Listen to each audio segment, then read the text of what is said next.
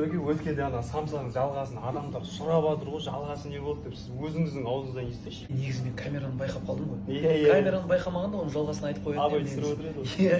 Ол бар ғой, біз Ташкентте жүргенбіз ғой. Иә. Ары қарай Самарқандқа барайық дедік та. Сөйтіп Жизаққа келдік қой, Жизақ деген жер. Иә.